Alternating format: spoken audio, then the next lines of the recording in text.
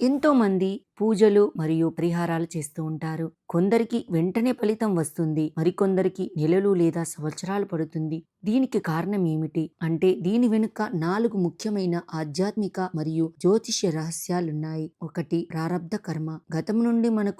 గతము నుండి మనం మోసుకొస్తున్న కర్మల భారం తక్కువగా ఉంటే ప్రార్థన త్వరగా ఫలిస్తుంది. అదే తీవ్రమైన కర్మదోషాలు ఉంటే వాటి ప్రక్షాళన జరగడానికి సమయం పడుతుంది. 2, గ్రహస్థితులు, దశాకాలం. వ్యక్తిగత జాతకములో నడుస్తున్న దశ, అంతర్దశలు మరియు గోచారం అనుకూలంగా ఉంటే చిన్న ప్రార్థన కూడా వెంటనే పనిచేస్తుంది.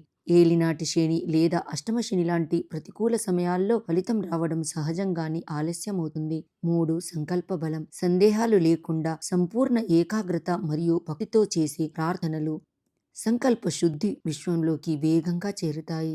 4, దైవ నిర్ణయం. ఏ సమయంలో ఏది ఇస్తే మనిషికి ఉత్తమమో దైవానికి స్పష్టంగా తెలుసు. భవిష్యత్తులో మనకు మేలు జరిగే సరైన సమయం వచ్చినప్పుడే దైవం ఆ కోరికను ప్రసాదిస్తుంది. మనం ఇక్కడ గుర్తుంచుకోవలసింది ఒక్కటే, చేసిన ప్రార్థన ఎప్పుడు వృధా కాదు. అది పుణ్యఫలంగా మారి సరైన సమయములో మనకు రక్షణగా నిలుస్తుంది. నమ్మకంతో ఆ దేవుణ్ణి ప్రార్థించండి.